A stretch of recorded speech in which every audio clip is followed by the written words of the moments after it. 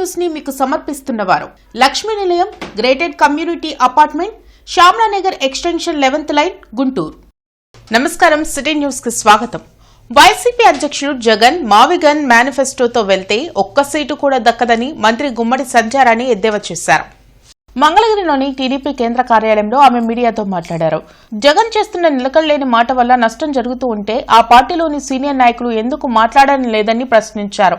జగన్ తాను పిచ్చోడినని చెప్పుకుంటున్నారా లేక ప్రజల్ని పిచ్చోళ్ళని చేద్దామనుకుంటున్నారో ఆయనకే తెలియాలని సెటైర్లు వేశారు. నిలకడలేని మనిషి, నిలకడలేని మనస్తత్వం అంటే మరి బుర్రలో కూడా ఆలోచన ఉందో లేదో కూడా తెలియదు. అంటే నిజంగా ఇట్లాంటి రోజుకొక మాట మాట్లాడి నిలకడలేని మాట్లాడిన మాటలనే మా దగ్గర ఏమంటారంటే పిచ్చిక్కిన మాటలు అంటారు. మేబీ పిచ్చితో మాట్లాడుతున్నారో వెర్రితో మాట్లాడుతున్నారో అసలు ప్రజలను పిచ్చోళ్ళు చేద్దాం అనుకుంటున్నారో నాకు అర్థం అవ్వట్లేదు. అంటే మనుషులు ఎప్పుడూ కూడా వాళ్ళకు గత 5 సంవత్సరాలు చేసిన విధ్వంసానికి పరాకాష్ట, ఆ విధ్వంసానికి ఈరోజు నిజస్వరూపం, నిజ దర్శనం. నిజం చెప్పాలంటే 11 సీట్లు ఇప్పటిదాకా మన స్వతంత్రం వచ్చిన నుంచి ఈ రోజు దాకా ఏ రాజకీయ పార్టీకి 11 సీట్లు వచ్చినటువంటి పాపాన పోలేదు. ఒకసారి ముఖ్యమంత్రి చేసి ప్రతిపక్ష హోదా ఉండి చేసినటువంటి పార్టీలకి. కానీ ఈయనకి ఆ పరిస్థితి వచ్చినా గానీ బుద్ధి రాకపోతే ఇంకేం మాట్లాడతాం చెప్పండి. 4 లైన్ల ఆర్ఓబీ నిర్మాణం పూర్తి చేసేలోపు పాదచారులకు ఇబ్బందులు లేకుండా మెడికల్ కాలేజీ వైపు ఫుట్వేర్ నిర్మించాలని నగర ప్రజలు కోరుతున్నారు. 4 లైన్ల శంకర్ విలాస్ బ్రిడ్జ్ నిర్మాణం చేపట్టి దాదాపు సంవత్సరం కాలం కావస్తుంది. శంకర్ విలాస్ పాత బ్రిడ్జ్ కూల్చిన దగ్గర నుంచి నగర ప్రజలు విపరీతమైన ట్రాఫిక్ కష్టాలను ఎదుర్కొంటున్నారు. జీజీహెచ్ కు వెళ్లాలన్నా, ఆసుపత్రులకు వెళ్లాలన్నా, మెడికల్ కాలేజీకి వెళ్లాలన్నా ప్రజలు, విద్యార్థులు పలు ఇబ్బందులు పడుతున్నారు. ఇది గమనించిన కేంద్ర సహాయ మంత్రి పెమ్మసాని చంద్రశేఖర్ 2027 జులై నాటికి బ్రిడ్జ్ నిర్మాణం పూర్తి చేయాలని కాంట్రాక్టర్లను ఆదేశించి ఆ మేరకు పనులు చేయిస్తున్నారు. కానీ భవిష్యత్ అవసరాలను దృష్టిలో పెట్టుకుని శంకర్ విలాస్ ఆర్యూబీ నిర్మాణం చేయాలని కూటమి ప్రభుత్వం పూనుకుంది. కానీ పాదచారులు నడిచి వెళ్లేందుకు ఫుట్వేర్ నిర్మించడం వలన విద్యార్థులకు, పాదచారులకు సౌకర్యవంతంగా ఉంటుందని ఆ దిశగా ఆలోచన చేసి నిర్మాణం చేయాలని స్థానికులు కోరుతున్నారు. ఈ మధ్య ఈ ప్రజల యొక్క ఇబ్బందులను దృష్టిలో పెట్టుకుని బ్రిడ్జిని చాలా త్వరగా పూర్తి చేయాల్సినటువంటి అవసరం ఉంది. అదేవిధంగా మెడికల్ కాలేజీకి బ్రాడీపేటకి మధ్యలో ఒక ఫుట్పాత్ బ్రిడ్జిని నిర్మించినట్టయితే ప్రజలు ఈజీగా నడిచెళ్లే వాళ్ళకి అవకాశం ఉంటుంది. నడిచెళ్లే వాళ్ళకి చాలా ఇబ్బందికరమైన పరిస్థితులు ఏర్పడుతున్నాయి. అది భవిష్యత్తులో కూడా చాలా ఉపయోగకరంగా ఉంటుంది. కాబట్టి ఒక ప్రత్యేక బ్రిడ్జిని మెడికల్ కాలేజీ నుండి బ్రాడీపేట వైపు వాకింగ్కి నిర్మించినట్టయితే ప్రజలకు చాలా సులభతరంగా ఉంటుంది. అండర్ గ్రౌండ్ బ్రిడ్జి ఇచ్చినట్టయితే మనకు ఆ ఇబ్బంది ఉండేది కాదు. ఆ బ్రిడ్జ్ ఇప్పుడు కట్టడం లేదు కాబట్టి దానికి ప్రత్యామ్నాయంగా కనీసం చాలా తక్కువతో ఖర్చుతో కూడుకున్నది అది. కాబట్టి మెడికల్ కాలేజీ నుంచి బ్రాడీపేట 4వ వార్డు రోడ్డుకి కానీ 3వ వార్డు రోడ్డుకి కానీ కనెక్షన్ ఇచ్చినట్టయితే మనకి ఈజీగా ప్రజలు అదరించి దానికి వెళ్ళడానికి అవకాశం ఏర్పడుతుంది. మున్సిపల్ కార్మికుల సమస్యల పరిష్కారం కోసం జూలై 7వ తేదీన చలో విజయవాడ కార్యక్రమం చేయనున్నామని ఏపీ మున్సిపల్ వర్కర్స్ యూనియన్ నేతలు వెల్లడించారు. కొత్తపేట మల్లలింగం భవన్లో జరిగిన మీడియా సమావేశంలో ఏఐటీయూసీ రాష్ట్ర అధ్యక్ష కార్యదర్శులు కోటిదాసు, పోరు మామిళ్ల సుబ్బారాయుడు, రాష్ట్ర ఉపాధ్యక్షుడు కోటా మాల్యాద్రి మాట్లాడారు. ఎన్నికల సమయంలో కూటమి ప్రభుత్వం ఇచ్చిన హామీలను ఇంతవరకు నెరవేర్చలేదని ఆవేదన వ్యక్తం చేశారు. అవుట్సోర్సింగ్ ఉద్యోగులకు పని భద్రత లేదని అన్నారు.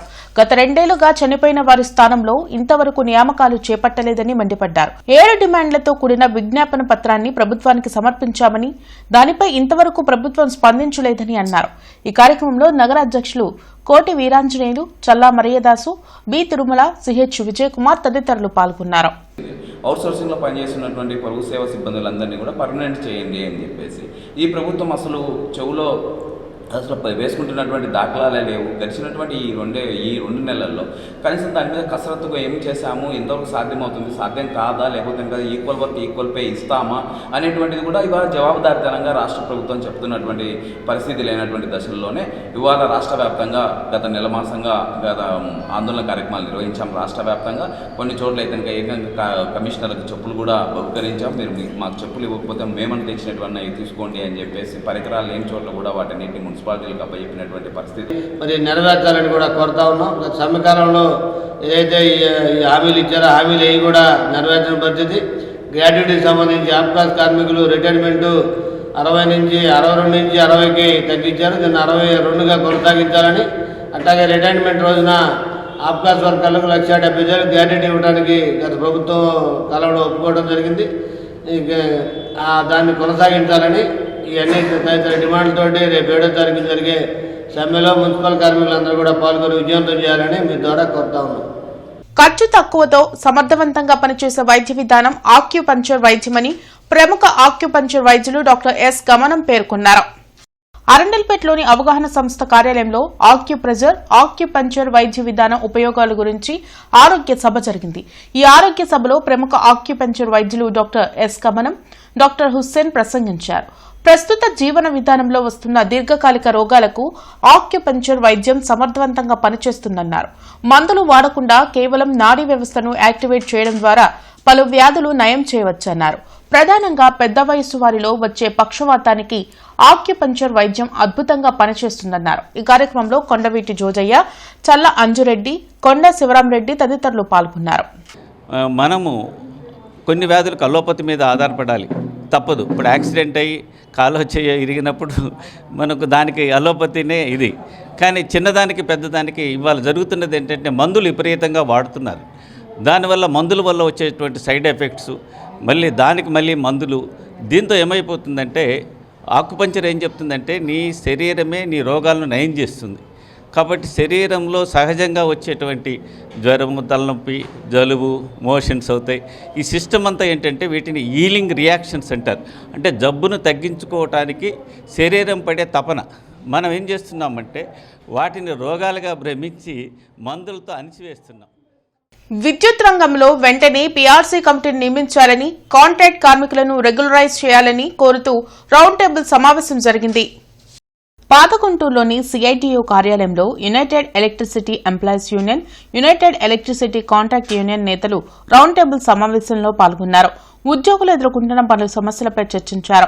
సమస్యల పరిష్కారం కోసం ఈ నెల 15వ తేదీన రిలే నిరాహార దీక్షతో పాటు ఆగస్టులో చలో విజయవాడ కార్యక్రమాన్ని చేపట్టనున్నట్లు యునైటెడ్ ఎలక్ట్రిసిటీ ఎంప్లాయీస్ యూనియన్ జిల్లా కార్యదర్శి దాసరి వెంకట్రావు తెలిపారు. కార్యక్రమంలో నాగరాజు, నాగ బ్రహ్మచారి, రామ్ ప్రభాకర్ తదితరులు పాల్గొన్నారు.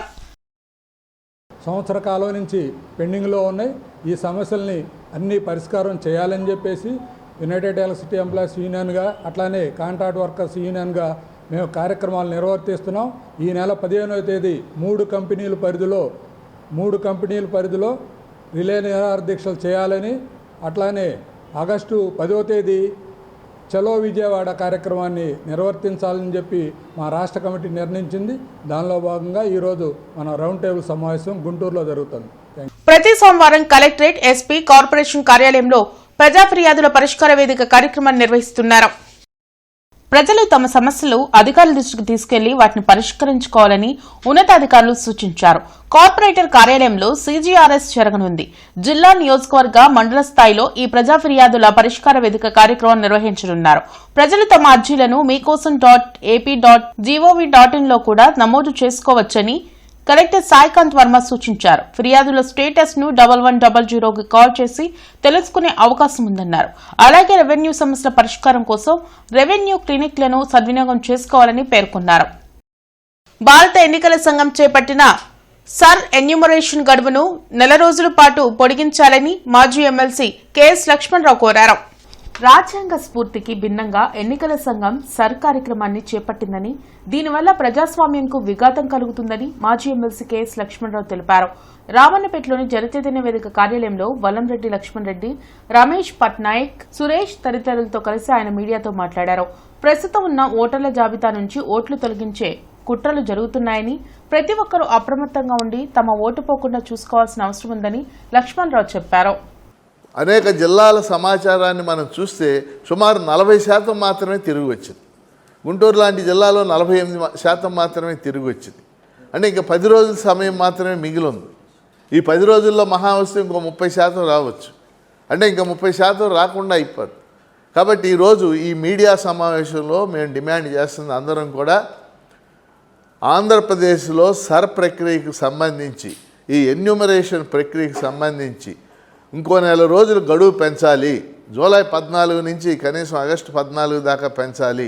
అలా అయితేనే ఓటర్లు అందరూ కూడా వాళ్ళు ఈ ప్రక్రియలో భాగస్వాములై తమ పేర్లు నమోదు చేసుకోవడానికి అవకాశం ఉంటుంది. ఇవి ఇప్పటివరకున్న వార్తా వివరాలు. మరికొన్ని వార్తా విశేషాలతో మళ్ళీ కలుద్దాం. అంతవరకు సెలవు. నమస్కారం. సిటీ న్యూస్ ని మీకు సమర్పించిన వారు Lakshmi Nilayam, gated community apartment, Shyamlanagar extension 11th line, Guntur.